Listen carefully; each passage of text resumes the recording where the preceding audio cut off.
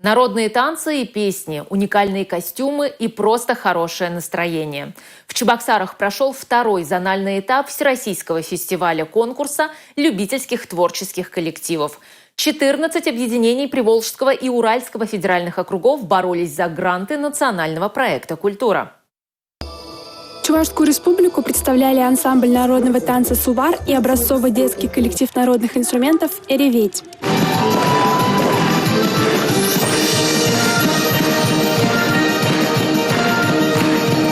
Мы всегда пропагандируем на любом конкурсе свои чувашские танцы, так и должно быть. В последнее время, конечно, другие жанры стали давить, потому что молодежь стремится на эстраду. Данный проект реализуется уже 5 лет. В этом году Чувашия принимала гостей во Дворце культуры тракторостроителей. Сегодня мы приехали к вам сюда и будем показывать обряд провода Дуняши.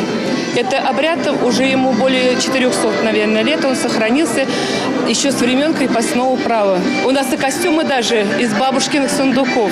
По итогам конкурса любительских творческих коллективов ансамбль «Сувар» получил диплом первой степени, а «Эреветь» стал одним из лауреатов и получил сертификат на сумму 2 миллиона рублей на развитие своего творчества. Критерии никто не придумывает, они прописаны в положении, мы им очень четко следуем. Члены жюри отметили, песни конкурсантов пропитаны любовью к родине и народным традициям. Благодаря таким коллективам творчество живет и передается из поколения в поколение.